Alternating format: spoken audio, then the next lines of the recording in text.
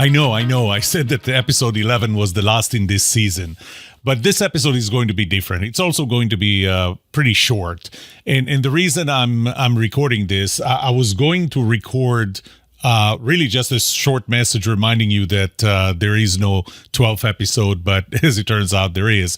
But then I read somebody posted, a friend of mine posted on Facebook. He asked, what do you do for your end of year planning? How do you plan for the following year? And it kind of made me think, and I replied, and I thought that I'll share that reply. I'll even elaborate on this reply with you. Why do we do end of year planning? Well, we do it, first of all, because it is kind of downtime, sometime between mid-December, which is just about now, and the end of the year, New Year's. Not a lot of people do business. There are a lot of companies where you have to take your days off because you use it or you lose it. And so people who accumulated days off, vacation days, well, this is pretty much the only time to take them before the end of the year. Others just take it because others take it, because we know that it's a slow time. And because it's a slow time, if you have your own business and others as well, this is when you decide, I'm going to do my end of year planning now. I'm going to think strategically and I'm going to plan next year. The other reason is really symbolic. It's like, well, 2023 is over. 2024 is about to start. And we think in terms of a year. So this is the 2024 plan. And you know how it is. This is the 2024 strategy. So right before the beginning of next year is when we have to strategize for next year. Now, one of the risks in doing that is the shiny object syndrome. So all of a sudden, you're coming up with a list of activities that are very, very important. But the reason they're very, very important is because we just heard of them. We just heard of a new tool. We heard of a new initiative. We heard about something from somebody else. Maybe it was somewhere buried on a list on a whiteboard in our head. And it's like, well, this is the time to implement it. And I have to ask, if this was important enough when you heard about it, why didn't you implement it then? Why now? Why does it have to be part of next year's plan? And by the way, one of the other things that we do is we make unrealistic plans that are so packed with activities that maybe it's going to be 2 months into the year when we're going to start dropping them. Maybe 1 month, maybe 1 week into the year, we're going to drop these activities because obviously we packed them too heavily. There is another problem, and that is strategic planning, thinking strategically takes more than 2 weeks. So the fact that we have 2 slow weeks at the end of the year doesn't mean that you're going to be able to really think things through enough to come up with a plan for next year. And with all of that combined, I have to challenge, why do you do end of year planning? Why is it that the last 2 weeks of the year are should be dedicated to planning next year? Why that symbolism of the end of the year? So I'll tell you what my reply was. And the question was, what do you do? How do you plan for next year in the last 2 weeks of the year? And my answer is, I don't. I do it all the time.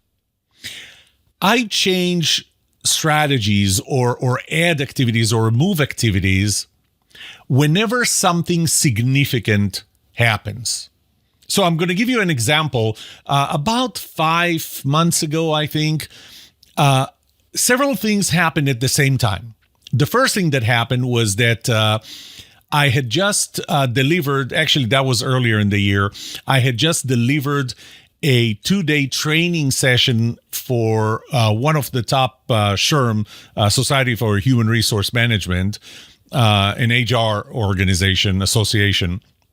I delivered a 2-day training for HR people on how to build trust in their organization. So now, not how to be trusted, but how to build trust.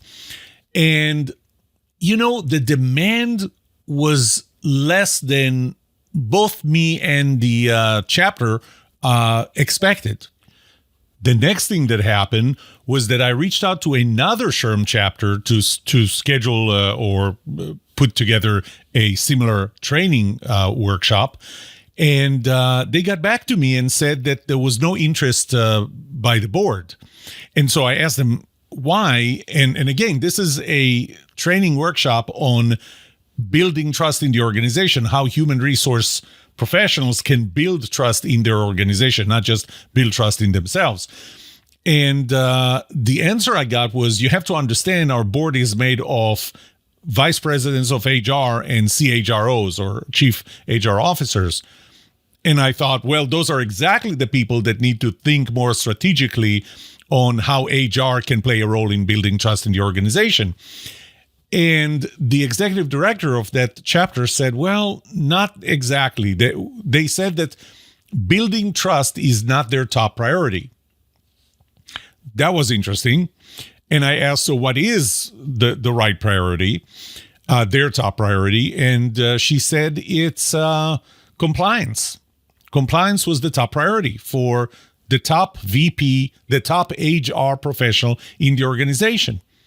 So that was kind of a wake-up call for me, and it obviously changed a few things in how I think about who my target clients are for trust. And I'm still, don't get me wrong, I'm still working with HR organizations. I'm giving keynotes and workshops and even the 2-day training. I have them spread through next year, quite a few of them, but it was a wake-up call for me. Another couple of things that happened that same week, one of them was Thinker 360, which is, I'm not a member there, but they follow me, and they ranked me in the top 10 thought leaders on culture and human resources. But that week, they all of a sudden put me in the top 20 thought leaders on sales, which I thought was interesting. That same week, I received a request for one of my other keynotes that was the keynote on what I called at the time is sell on trust and not on price.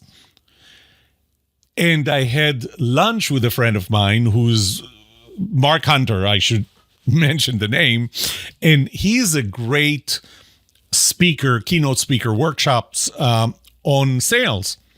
And we had lunch, and at some point he asked me, how come nobody has researched what premium there is when a salesperson is more trusted compared to a salesperson you don't know? All those things happened in the same week. Now, they could have happened in the last 2 weeks of the year, but they didn't. So that was a significant event for me, and I had to think about it, and it was obviously going to change some things that I was doing.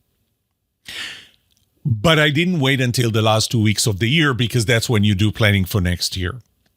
So I keep evaluating and analyzing my business all the time. Now, I don't do that every day. I mean, there's so much that you can spend on analyzing and evaluating your business and making significant changes. I don't do that every day, but I don't wait until the last day or the last 2 weeks of the year. And also, I needed to think about this more. And it took me a month or two of thinking about this until I decided to launch a major research project and do a lot of things that would really change my strategic direction or add, I should say, a venue for my business. But it wasn't the last week or the last 2 weeks of the year. It was when it happened. I would add one more thing, and that's making decisions what to do are actually easy. Here, I'll take one more initiative. The problem is deciding what not to do, because sometimes one of the things that you do is decide to stop something. And the question has to be, was it too soon? Was it too early? Did I wait enough time for whatever initiative I was on to really reach its potential, you have to ask yourself, is it still strategically compatible with different activities that I take? So, one example is that I was going to write a book. One of the thoughts I had in my head was actually to even work on this book, make a significant dent in writing this book in the last 2 weeks of the year. So spend that time and write a lot, when I decided that, this specific book is not strategically compatible with the main work that I'm doing right now, specifically the new part of the Trust Premium work. And I just decided not to do the book, not to write the book. But as far as the activities that I'm doing right now, so take, for example, the podcast, this podcast itself, it took time. It took time for the podcast to reach the prominence that it has. It takes time for the blog to reach the prominence that it has, my LinkedIn profile, my LinkedIn followers that keep growing all the time. But that means that I need to continue and invest in those things, spend time, spend money, put energy into this, and continue to do things until I really have strong evidence that I tried enough and it's not successful. So the one thing that I would also urge you to not do is stop things, major things, too prematurely because you didn't get the immediate response that you thought you're going to get, and maybe that somebody convinced you that you're going to get. So the way I look at the last 2 weeks of the year is that it is downtime. Most people will not engage, cannot engage, and there is an opportunity here. There is some time for me to do things that I never got to. And so I'm using it for two things. One is, yes, there are a few activities I never got time to. There are a few videos that I want to record, and this would be perfect time to do it. But the other thing that I want to do, I have to do, is to actually take some time off. Spend time with the family. Charge my batteries. That's really important to launch for a new year. When the first few months of the year, for me, they're already starting to get pretty packed with events that I'm committed to and other activities. And I need that downtime for myself. And I'm going to guess that you need that downtime for yourself. So yes, there are a few initiatives, a few things that I'm going to do in these last 2 weeks, but they're not going to take a lot of time. So maybe it's going to take an hour or two a day. Maybe it's going to take one full day, and then I'm going to have more free time. But I really want to spend some of the time as time off, spend it with the family, charge my own batteries, get ready for 2024, but not necessarily to do the planning. Because once there is no magical number in this date, there's no magic in this day, the end of the year. I do this throughout the year when something significant happens. It will take more than 2 weeks. It typically takes more than 2 weeks to think about a new initiative, and so I'm not going to force it now. But I really do need the time off and some time to do some of the activities that I never get to throughout the year. Anyway, I know I said this, there was not going to be a 12th episode, so I'm not really considering this the episode 12, even though I'm not even sure I'm going to list this as episode 12.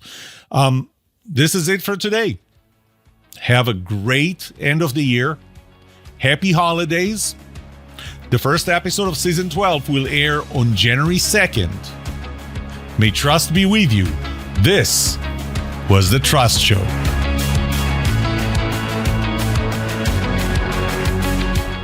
What would you like to know about trust and trustworthiness? Let me know and I'll answer it in a future episode. I would love to hear from you. Email me at yoram@thetrustshow.com.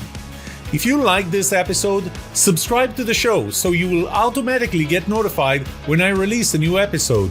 Rate it, Write a review for this podcast because those ratings help not only you, but also others looking for podcasts just like this. If you're looking for more resources to learn about how to build trust, be trusted, or know who to trust, look up my workshops, online courses, books, or go to my website, trusthabits.com. And remember that the answer to these two questions will have the biggest impact on your personal and professional success or failure. Can I trust you, and can you trust me? Thank you for listening or watching The Trust Show.